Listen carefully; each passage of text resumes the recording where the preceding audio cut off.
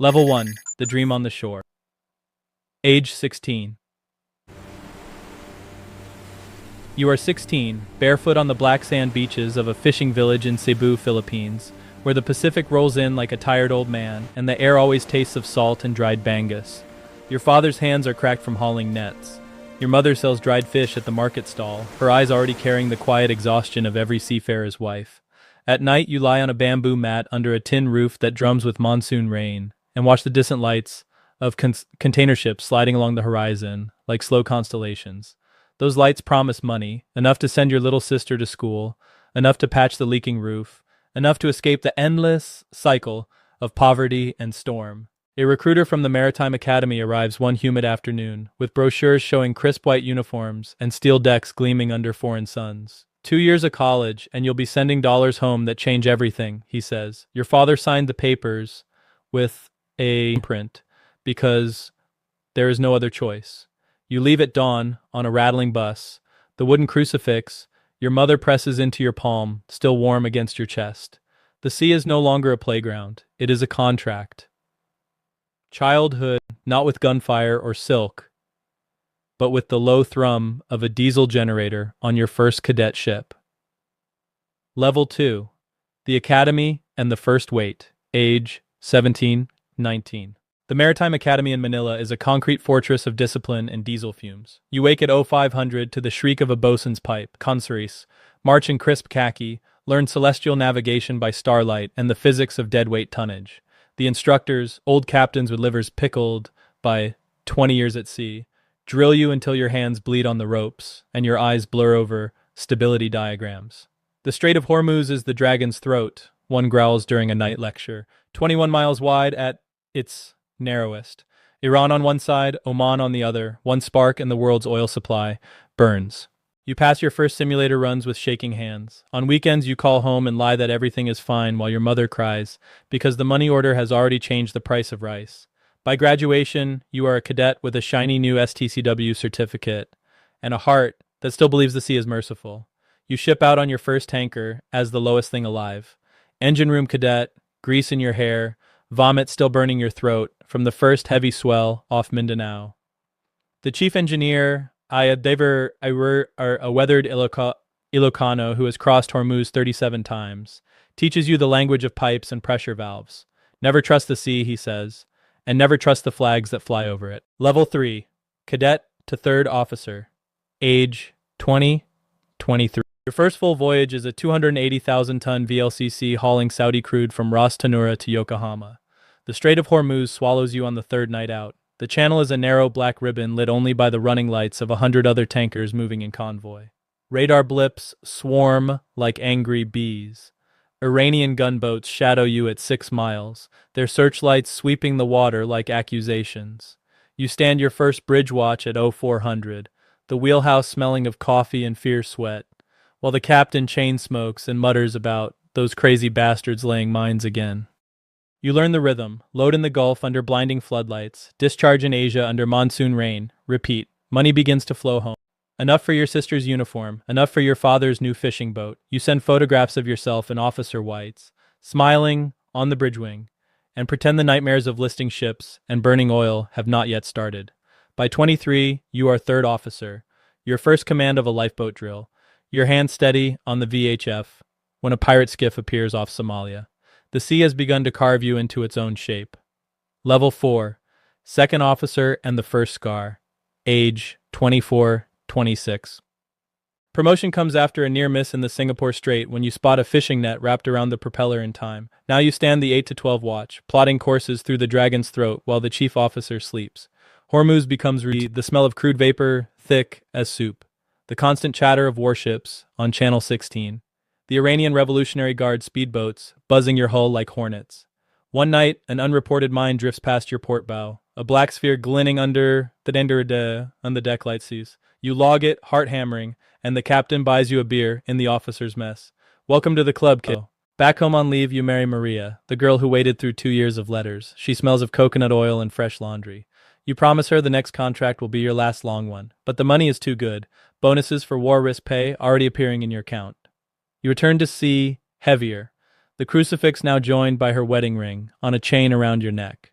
The scar of the sea has begun to show in your eyes. Level 5. Chief Officer and the Weight of Souls. Age 27. You are Chief Officer now, second in command of a 330,000-ton monster. You run fire drills, cargo calculations, and the endless paperwork that keeps 28 Filipino crew alive.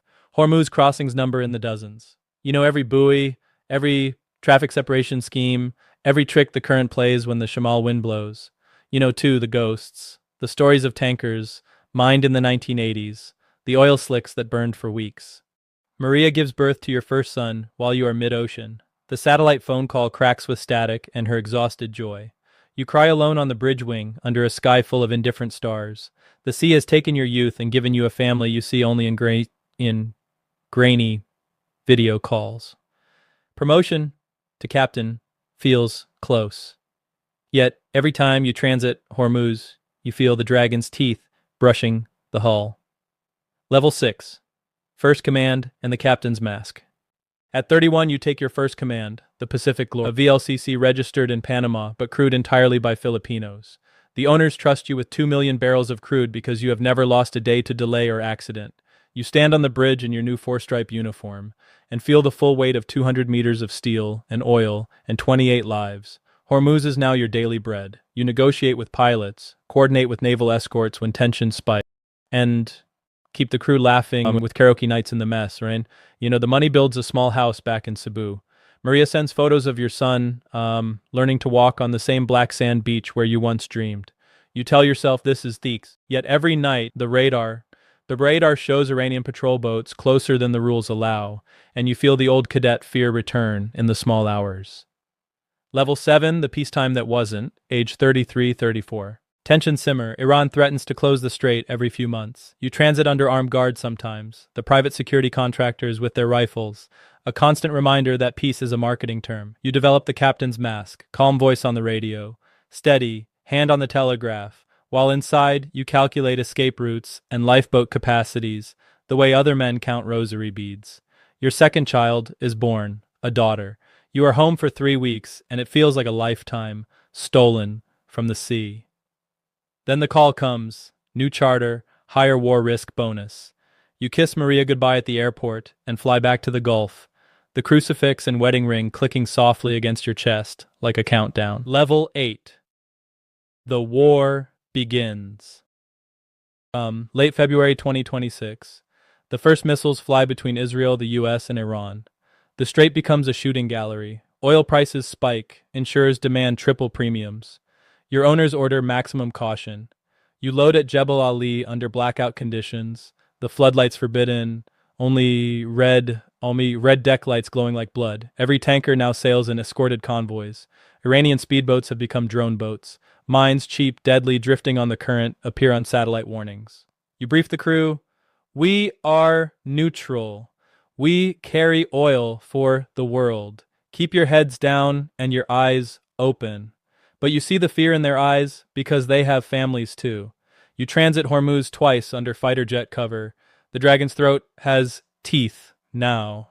Level 9. The final voyage. Age 35. March 27, 2026. You sail from Fujairah fully laden, bound for South Korea.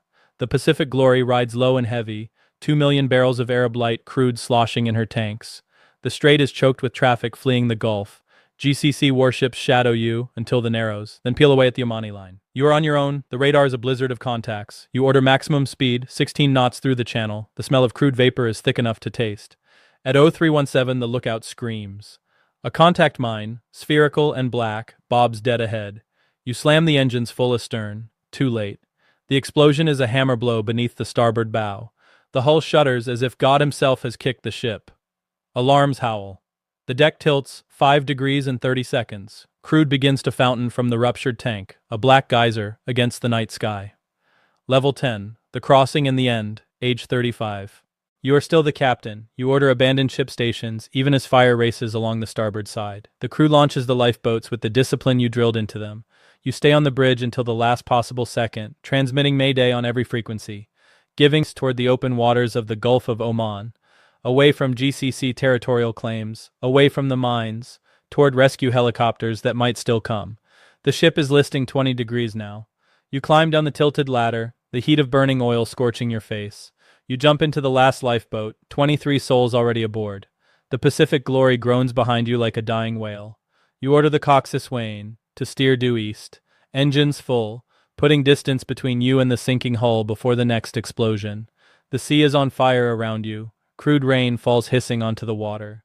Your last clear thought is of Maria and the children on that black sand beach. You clutch the crucifix and wedding ring. The secondary explosion comes without warning, a sympathetic detonation in the aftertanks. The shockwave lifts the lifeboat, flips it, hurls you into the burning sea. The water is scalding, the oil thicker than blood. You surface once, gasping, and see the sky lit orange with the death of your ship. Then the flames close over you. You die at 35 in the black tide of the Strait of Hormuz, captain to the end, trying to cross one last time from the dragon's throat into open sea. The sea that gave you everything has taken everything back. Somewhere far away, a satellite phone rings unanswered in a small house in Cebu. The children will grow up knowing their father was a man who sailed the narrowest sea in the world and never came home. The dragon keeps its secrets, and you have become one of them, another footnote in the veritable records of a war that no one will remember except the widows.